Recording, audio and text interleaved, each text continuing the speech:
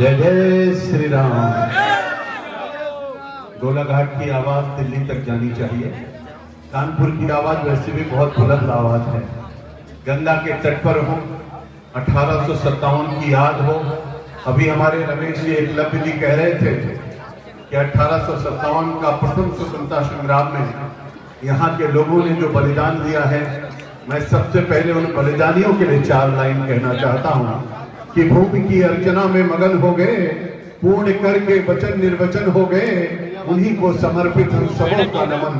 राष्ट्रहित यज्ञ में जो हवन हो गए, राष्ट्रहित यज्ञ में जो हवन हो गए। मेरे मित्रों, आज हम लोग अगर नौका यात्रा कर पा रहे हैं, अगर कमल नौका यात्रा कर पा रहे हैं, तो ये सब उन्हीं बलिदानियों के कारण से कर पा रहे हैं। आज की इस नौका यात्रा के शुभ अवसर पर हमारे कार्यक्रम की अध्यक्षता कर रहे आदरणीय जयप्रकाश निषाद जी, राज्यसभा के सांसद, हमारे वरिष्ठ नेता, उत्तर प्रदेश सरकार के मंत्री आदरणीय जयप्रकाश निषाद जी, हमारे बहन उत्तर प्रदेश सरकार की मंत्री डॉक्टर संगीता बलवंत जी, और हमारे भाई और मित्र, हम लोग युवा मोर्चा के साथी हैं, बहुत पुराने साथी हैं। ऐसे हंसता मुस्कुराता हुआ चेहरा आदरणीय बहुराम निषाद जी, हमारे यहाँ के पूर्व विधायक जिन्होंने बड़ी तेजी के साथ अभी भाषण दिया है, बहुत क्रांतिकारी नेता हैं, ऐसे आदरणीय रघुनंदन भदौरिया जी, हमारे सबके मार्गदर्शक आदरणीय सुकुमार पाठक जी, हमारी बहन किरण जी, आदरणीय गीता जी, और यहाँ के हमारे आदरणीय पार्षद तिवारी जी, अनुपम अवस्थी जी, सभी आदरणीय हमारे वरिष्ठ नेतागण, यहाँ पर उपस्थित हमारे सभी भाई और बहनों, मैं आप सबका अभिनंदन और स्वागत करता हूँ। आरती का समय हो गया है और आप सब लोगों ने भाषण अच्छी तरीके से सुन लिया है। कोई भाषण का विषय नहीं है, लेकिन वास्तव में अगर आप देखें तो मेरा भारत विश्व गुरु के पद पर आसीन था, मेरा भारत सोने का चिड़िया था। चलते चलते मेरे भारत को क्या हुआ आप सब लोग अच्छी तरीके से जानते हैं। 15 अगस्त 1947 को भारत आजाद होता है और उसके बाद 2014 तक के भारत के अगर आकलन करिए तो 2014 के पहले का भारत और 2014 के बाद का भारत, तो आपको लगेगा कि वास्तव में मेरा भारत कैसा होना चाहिए था, कैसा रह गया था। लेकिन नरेंद्र भाई मोदी जब भारत के प्रधानमंत्री बने तो उन्होंने कहा कोई भी, एक भी गरीब आदमी ऐसा नहीं होगा जिसका बैंक में खाता न खुल जाए, और उन्होंने प्रधानमंत्री जनधन योजना के तहत सबका खाता खुलवाने का काम किया। लोगों ने कहा खाता खोल करके क्या होगा, खाता खोल करके क्या होगा, लोगों के समझ में नहीं आया। 42 करोड़ लोगों का खाता खुल गया। आदरणीय प्रधानमंत्री जी ने कहा हम कानपुर में गोलाघाट में रहने वाले अपने निषाद परिवार को मकान देना चाहते हैं, हम विधवा पेंशन, वृद्धा पेंशन देना चाहते हैं, हम दिव्यांग पेंशन देना चाहते हैं, हम किसानों के खाते में पैसा भेजना चाहते हैं, लेकिन खाता है नहीं, बीच के बिचौलिए पैसा खा जाते हैं। अब कोई माई का लाल एक पैसा नहीं देगा, सीधे गरीब आदमी के खाते में पैसा पहुंचेगा। और आपने देखा सीधे गरीब आदमी के खाते में पैसा पहुंचा। लोगों ने कहा गरीब आदमी खाता कैसे खुलवाएगा? मोदी जी ने कहा चिंता मत करिए, लोग पैसा दे करके खाता खुलवाते थे, अब तो गरीब आदमी बिना पैसे के खाता खुलवाएगा। बिना पैसे के खाता खुला। दूसरी व्यवस्था क्या हुई? पहले गरीब आदमी बैंक में जाता था, धक्के मार करके लोग निकाल देते थे, लेकिन बैंक तक गरीब आदमी को नहीं जाना पड़ा। बैंक गरीब आदमी के घर जाने का काम किया और एक एक आदमी का खाता खुल गया।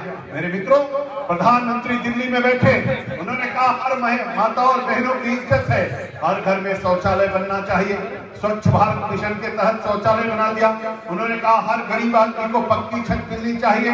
43 लाख लोगों को उत्तर प्रदेश में पक्का मकान दिला दिया। उन्होंने कहा महेंद्र सिंह बहुत बड़े आदमी हैं, रमेश जी बहुत बड़े आदमी हैं, इनके घर में गैस पे खाना बनता है। गरीब आदमी अगर लकड़ी भीग गई, कंडा भीग गया, चूल्हा भीग गया, कैसे खाना बनाएगा और खाएगा? इसलिए उन्होंने कहा मुफ्त में गैस का कनेक्शन भी गरीब आदमी को मिलना चाहिए और 1 करोड़ 50 लाख लोगों को मुफ्त में गैस का कनेक्शन दिला दिया। उसके बाद कहा कि गरीब आदमी झोपड़ी में रहता है, घर में रहता है, उसका बेचारा बेटा जो है वो जा करके बाहर कहीं लालटेन और दिया में पढ़ता है। बड़े बड़े लोगों का घर का बेटा, उनके बेटे बिजली के बल्ब में पढ़ते हैं। मोदी जी ने कहा है हर गरीब के घर में बिजली जलनी चाहिए और इसके लिए उन्होंने सौभाग्य योजना के तहत हर घर में बिजली का कनेक्शन पहुंचा दिया, मुफ्त में बिजली का कनेक्शन 1,47,00,000 लोगों के घर में मुफ्त का बिजली का कनेक्शन दिला दिया। मेरे मित्रों, योगी जी ने कहा चिंता मत करिए, आपका बेटा और आपका बेटी अब किसी को भी पढ़ाना हो मुफ्त में पढ़ाएंगे, जूता भी देंगे, मोजा भी देंगे, ड्रेस भी देंगे, खाने की व्यवस्था भी करेंगे और बच्चा जब पढ़ करके आगे बढ़ेगा तो स्किल इंडिया के तहत रोजगार की व्यवस्था भी कराएंगे और इसलिए हर बेटे को पढ़ाने की व्यवस्था करी। और माननीय योगी जी ने कहा चिंता मत करिए, अगर बेटी पैदा हो जाए तो मुख्यमंत्री कल्याण सुमंगला कल्याण योजना के तहत उसके खाते में पैसा भी पहुंचाएंगे और बेटी को लेकर के अब आपको चिंता करने की आवश्यकता नहीं, एक एक आदमी की चिंता हो गई। मोदी जी ने कहा मेरे मछुआरे भाइयों आप चिंता मत करना, 5-5 लाख का बीमा भी उनको दिलाने का काम पहली बार किया। आदरणीय प्रधानमंत्री जी ने कहा माई बीमार हो जाए, काकी बीमार हो जाए, भैया बीमार हो जाए, दादा बीमार हो जाए, दवाई कहां से होगी? गरीब आदमी दवा के लिए मर जाता था, दवाई नहीं कर पाता था।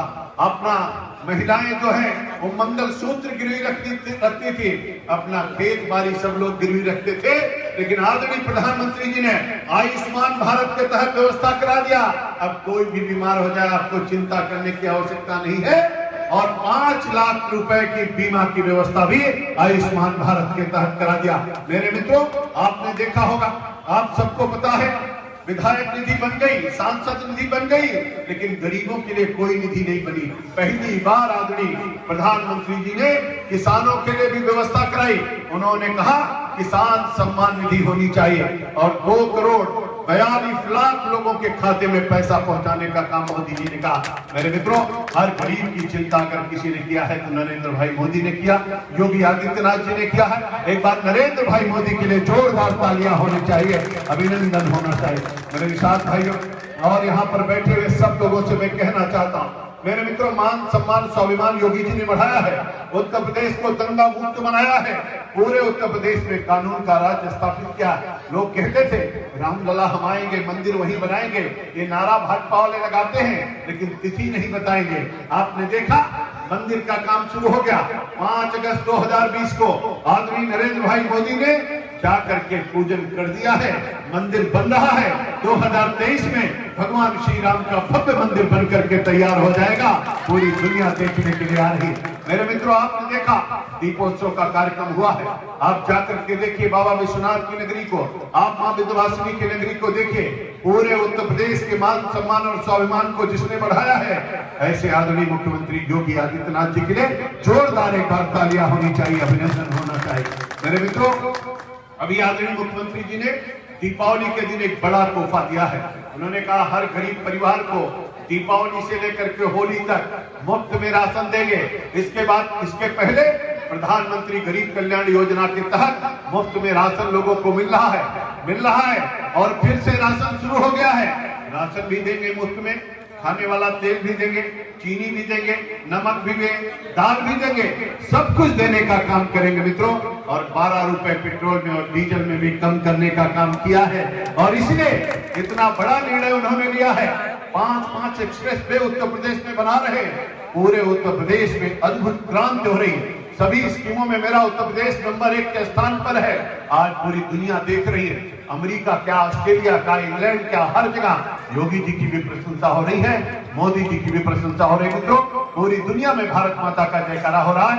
आरती का समय हो गया है, पंडित जी कह रहे हैं आरती के लिए आइए। मैं आप सबका अभिनंदन करता हूँ, स्वागत करता हूँ, आप सबको बधाई देता हूँ, बहुत बहुत अभिनंदन करता हूँ। हमारे रमेश भाई साहब ने कहा है मूर्ति लगनी चाहिए, निषाद राज की मूर्ति लगनी चाहिए। मैं गोला घाट पे खड़े होकर के घोफड़ा करता हूँ, निषाद राज की भी मूर्ति लगवाऊंगा। आप चिंता मत करिए, आपकी मूर्ति जो बनवाया आपने बनवाया उसका या तो आपको पैसा लेना पड़ेगा, मैं उत्तर प्रदेश सरकार की तरफ से मूर्ति लगवाऊंगा, उत्तर प्रदेश सरकार उसकी व्यवस्था करेगी। बहुत जल्दी निषाद राज की भी मूर्ति लगेगी, लोकुश की भी मूर्ति लगेगी, पूरा मूर्ति लगवाएंगे और अद्भुत क्रांति करेंगे। और जल्दी से जल्दी रमेश जी, एकदम बहुत जल्दी हम मूर्ति बनवा करके भव्य मूर्ति लगवाएंगे और आदरणीय मुख्यमंत्री योगी आदित्यनाथ जी के कार्यक्रमों द्वारा उसका लोकार्पण भी हम लोग करवाएंगे। हमारा सबका मान सम्मान स्वाभिमान है। निषाद राज ने जो कुछ किया है, त्रेता में आपने देखा होगा भगवान श्री राम को जिस तरीके से उन्होंने नौका से उस पार पहुंचाया था, जिस तरीके से उनके साथ खड़े हुए थे, आज भी निषाद राज उसी तरीके से भारत एवं भारतीयता के लिए, संस्कृति एवं संस्कार के लिए, धर्म और विचार के लिए, अध्यात्म के लिए आज भी खड़ा हुआ है। मैं कहता हूं निषाद राज की तो पूजा होनी ही चाहिए, मूर्ति लगनी ही चाहिए। और इसलिए उत्तर प्रदेश सरकार का मंत्री होने के नाते मैं घोषणा करता हूं कि उत्तर प्रदेश सरकार की तरफ से बहुत जल्दी कोशिश करूंगा कि 1 महीने के अंदर हम मूर्ति बनवा करके और जल्दी से जल्दी वहां पर मूर्ति लगाएंगे। मूर्ति लगेगी, भव्यतम मूर्ति लगेगी, हम पूरा समाज इकट्ठा होगा। हमारे आदरणीय जयप्रकाश निषाद जी हमारे मंत्री जी, आदरणीय जयप्रकाश निषाद जी हमारे सांसद जी, आदरणीय बहन डॉक्टर संगीता बलवंत जी, हमारे आदरणीय बाबू राम जी, हमारी किरण बहन जी, हमारे सब लोग उसमें रहेंगे। रमेश जी आप चिंता मत करिए, जल्दी से जल्दी मूर्ति लगेगा, लेकिन मूर्ति सरकार लगवाएगी, ये सरकार का दायित्व है और इसलिए हम सब लोग मिलकर के उस मूर्ति को लगवाएंगे। आज की तारीख में मैं इस बात की घोषणा करता हूं, हमारे आदरणीय यहाँ पर शिव कुमार पाठक जी हैं, हमारे सबके संरक्षक है, मार्गदर्शक है, इन्होंने यात्रा तय किया है, कमल नौका यात्रा हो रही है। और मित्रों अगर लक्ष्मी चाहते हो तो लक्ष्मी तो कमल पर ही आएंगे और कहीं लक्ष्मी आ नहीं सकती हैं, इसलिए हर घर में लक्ष्मी की पूजा करनी है। और कम से कम उत्तर प्रदेश में प्रत्येक उत्तर प्रदेश के हर घर में कमल खिलना चाहिए और 350 कमल यानी 350 सीट कम से कम हमको राष्ट्र लानी है। अब फिर से योगी आदित्यनाथ जी को मुख्यमंत्री बनाना है।